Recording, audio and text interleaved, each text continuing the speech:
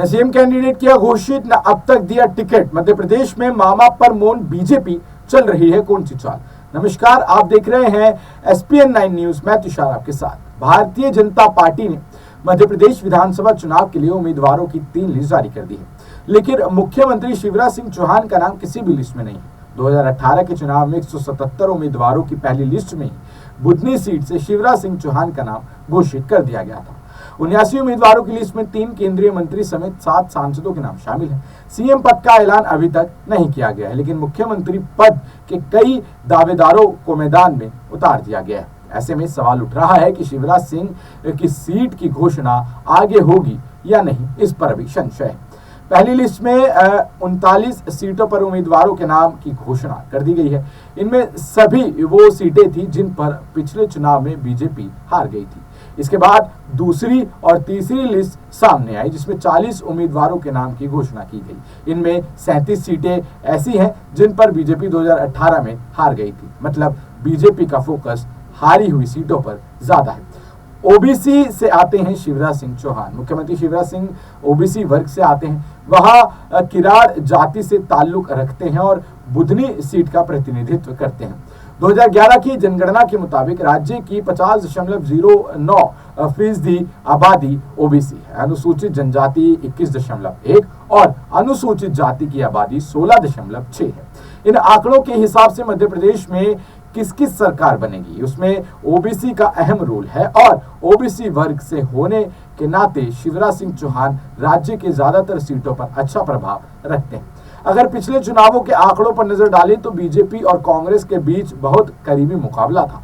साल 2018 के चुनाव में बीजेपी को कांग्रेस ने सिर्फ 47,000 वोटों से हराया था, लेकिन कांग्रेस को 7 सीटें ज्यादा मिली थी।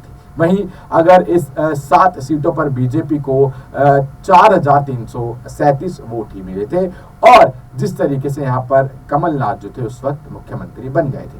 विधायकों के वोट बैंक पर नजर डालें तो पिछले चुनाव में बीजेपी के 17 विधायक सिर्फ 1% से कम वोट के अंतर से जीते थे और 13 विधायक ऐसे थे जो 1 से 2% के वोट के अंतर से और 16 विधायक 2 से 3% के वोट के अंतर से जीते थे। बीजेपी को क्यों बदलनी पड़ रही है अपनी रणनीति? आपको बता दें कि ऊपर दिए गए आंकड़ों के साफ होते ही पिछले चुनाव में कांग्रेस ने बीजेपी को कांटे की टक्कर दी थी, ये साफ साफ दिखाते हैं। इसलिए पार्टी इस बार किसी तरह की कोई गुंजाइश नहीं छोड़ना चाहती है, इसलिए यह प्रयोग करने जा रही है। बीजेपी 7 सांसदों को जिन सीटों पर उतारा गया है उनमें से 5 वो सीट है जिन पर पार्टी पिछले चुनाव में हार गई थी और बाकी 2 सीटें वो हैं जिन पर ज्यादा बहुमत से नहीं जीती थी।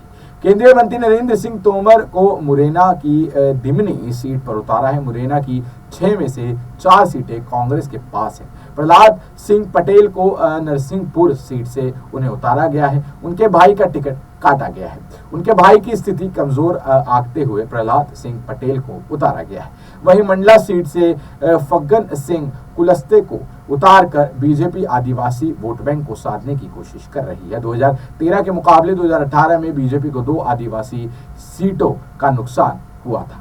क्या है जाति समीकरण? बीजेपी ने जो 7 सांसद उतारे हैं वो राजपूत, लोधी, कुर्मी, आदिवासी, वैश्य और ब्राह्मण है।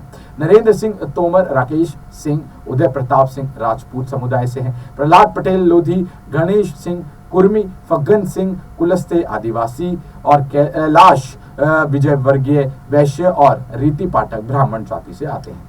बीजेपी में गुटबाजी, यहाँ बात करते हैं कि बीजेपी ने जो दाव चला है इससे उसे फायदा होगा या फिर चुनाव से पहले ही गुटबाजी ही नुकसान कर देगी। दरअसल शिवराज सिंह चौहान और ज्योतिरादित्य सिंधिया के पहले से ही गुट है। इस बीच केंद्रीय मंत्रियों ने और सांसदों ने जैसे हाई प्रोफाइल उम्मीदवारों को उतारा है जिनका राज्य में अच्छा प्रभाव है, वह पहले से यहाँ के राजनीति में सक्रिय रहे हैं।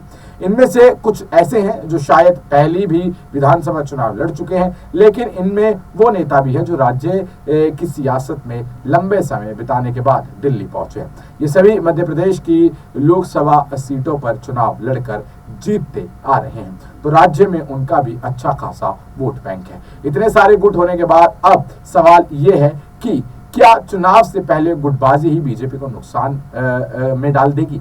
यहाँ पर आपको बता दें कि हालांकि 7 सांसदों को टिकट दिया गया है, लेकिन ज्योतिरादित्य सिंधिया के नाम का किसी लिस्ट में जिक्र नहीं किया गया है।